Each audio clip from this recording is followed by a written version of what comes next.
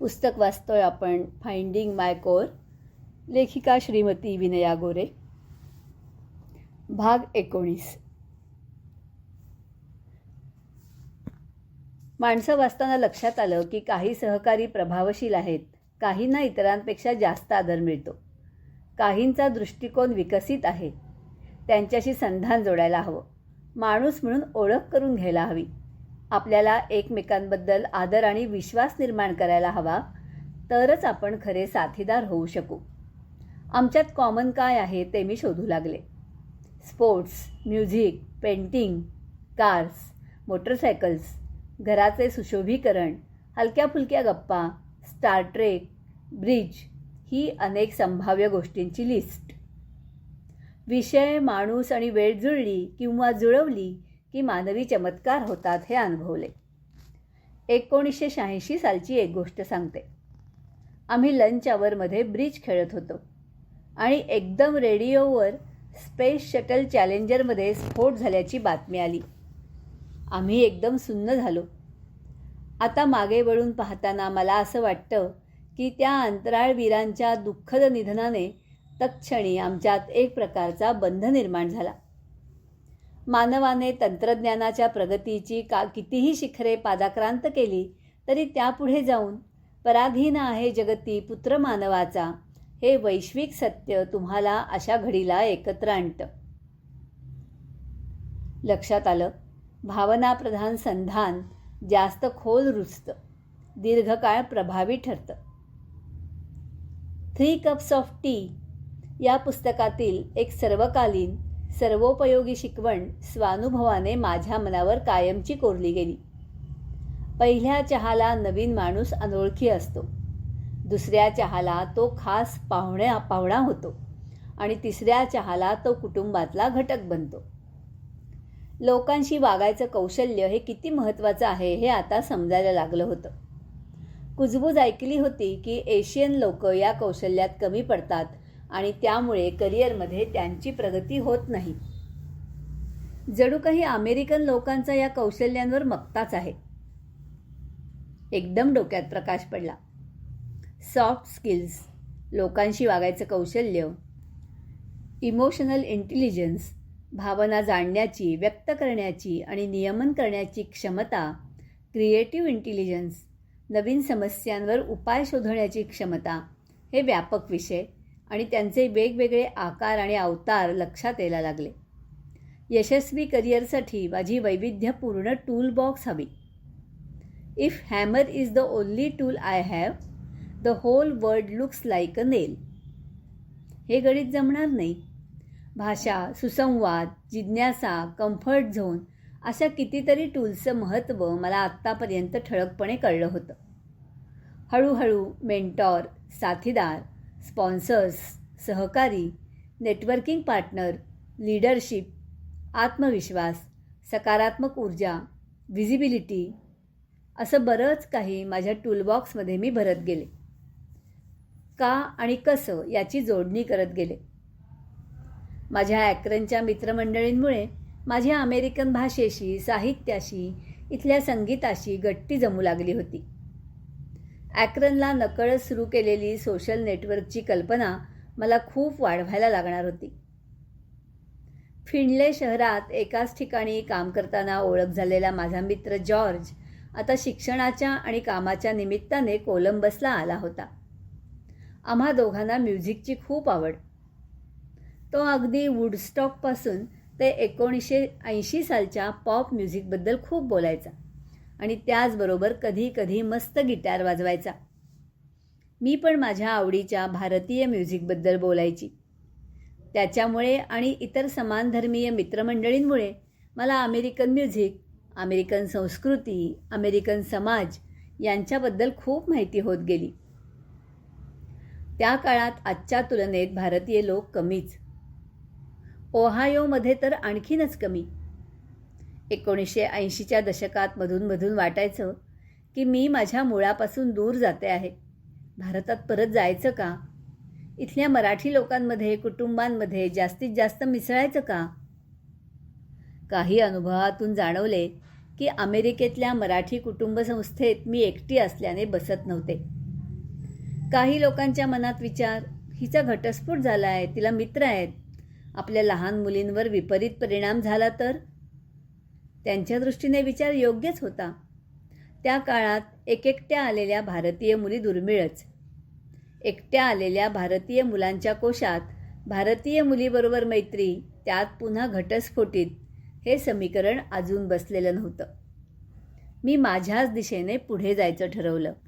सांगलीत मी स्कूटर चालवणारी पहिली मुलगी. लोक रस्त्याकडेला उभे असायचे बघायला. पण अमेरिकेतल्या हायवेवरच्या स्पीडने स्कूटरवरून जाणे शक्य नाही, म्हणून मी मोटरसायकल घेतली. जॉर्ज पण बाईक वेडा होता. त्यामुळे आम्ही विकेंडला नागमोडी रस्त्यावर मोटरसायकलवरून जायचो. मोटरसायकल चालवताना हेल्मेट घातलं की मोटरसायकल चालवण्याची मजा व धुंदी कारमध्ये नाही. एकदा सहज बोलताना मी जॉर्जला सांगत होते की शाळेत असताना माझी ड्रॉइंगमध्ये कशी धूळधाण उडायची. त्यानं मला एक पुस्तक वाचायला सांगितलं. Drawing on the right side of the brain by Betty Edward. ड्रॉइंगसाठी आपण उजवा मेंदू वापरतो. तो अधिक कार्यक्षम होण्यासाठी व्यायामाचे प्रकार या पुस्तकात आहेत. माझा काही त्यावर फार विश्वास बसला नाही, पण म्हटलं बघूया तरी. मला तरी काही फार फरक वगैरे जाणवला नाही. पण एके दिवशी गंमत झाली. भुरभुर बर्फ पडत होता आणि मी खिडकीपाशी उभी होते. वाटलं आपल्याला याचं चित्र काढता येईल का?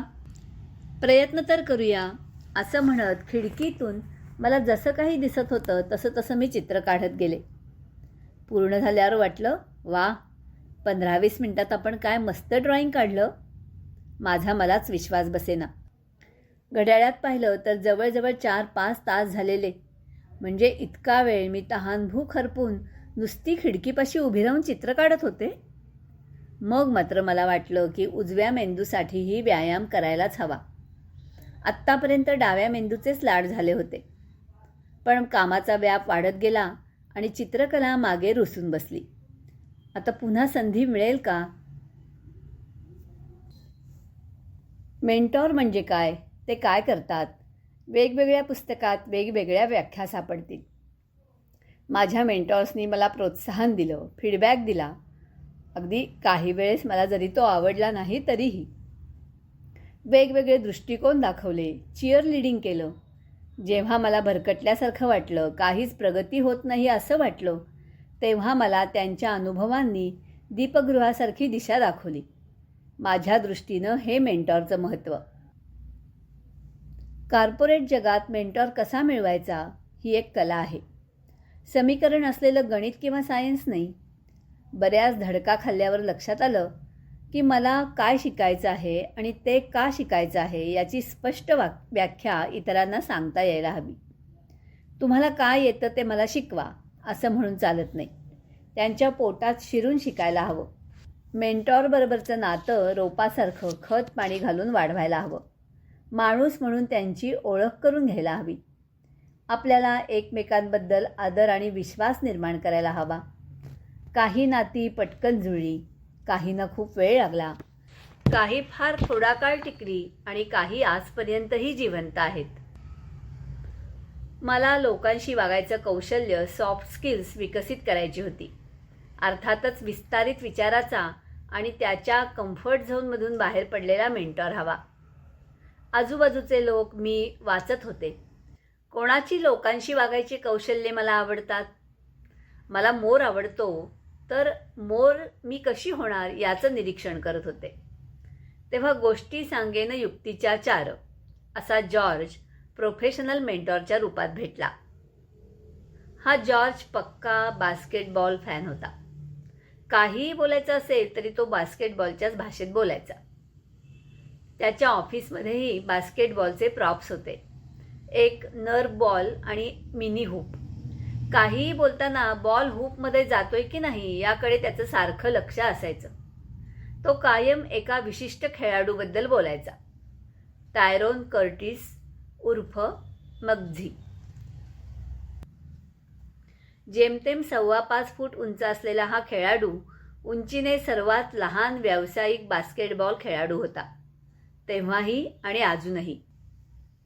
इतर सारे खेळाडू निदान 6.5 ते 7 फूट वगैरे उंच असायचे. तर मगजी त्यांच्या पायामधून किंवा त्यांच्या उंच आणि रुंद विंगस्पॅनच्या खालून जायचा आणि बॉल पळवायचा. तो खूप वर्ष प्रोफेशनल बास्केटबॉल लीगमध्ये स्टील्स लीडर होता. कमी उंचीच्या त्याच्या कमतरतेलाच त्यानं आपलं बलस्थान बनवलं आणि बास्केटबॉलच्या विश्वावर आपला कायमचा ठसा उमटवला. जॉर्ज मला सारखं म्हणायचा, तुला मगजी व्हायला हवं. लोक तुला कायमच त्यांच्या चष्म्यातून बघणार की तू एशियन आहेस, तू स्त्री आहेस, म्हणून तू असं वागशील, म्हणून तू तसं करशील वगैरे. अचानक काहीतरी वेगळं कर, त्यांना आश्चर्यचकित कर, त्यांना ऑफ बॅलन्स होऊ दे. त्यामुळे तू अनोखी आणि आगळी होशील. लोकांच्या गर्दीत हरवून जाणार नाहीस. हा कानमंत्र मला माझ्या पुढच्या आयुष्यात खूप उपयोगी पडला. आज सुद्धा माझे मेंटॉर नेटवर्क आहे आणि मी त्यांचा वारंवार सल्ला घेते. या नाण्याची दुसरी बाजू म्हणजे माझं मेंटी नेटवर्क, ज्यांच्यासाठी मी मेंटॉर आहे. माझ्या मेंटॉर्सनी मला माझ्या करिअरमध्ये खूप भरीव मदत केलेली आहे आणि मीही अशीच मदत दुसऱ्या कोणाला करू शकेन अशी मला खात्री आहे. बेल लॅब्समध्ये आता बरीच रुळले होते. सुरुवातीला घाबरत चाचपडत करत असलेल्या गोष्टी आता अगदी सरावाच्या झाल्या होत्या. साथीदार आणि मेंटॉर नेटवर्क विकसित होत होतं. घट्ट नाती जुळत होती. आत्मविश्वास वाढत होता. पुन्हा एकदा मी मला प्रश्न विचारला, नोकरी की करिअर? करिअरची खरी दिशा आणि ध्येय अजून सापडले नव्हते. असू दे, उत्साहाने पुढं जायचं ठरवलं. मला आतून सारखं वाटत होतं की आत्तापर्यंत फक्त बेसिक बिल्डिंग ब्लॉक्स झालेत, पण कम्फर्ट झोन मात्र विस्तारत होता. आता करिअर प्लॅनिंग करायला हवं. क्रमशः. अभिवाचन निलिमा नातू.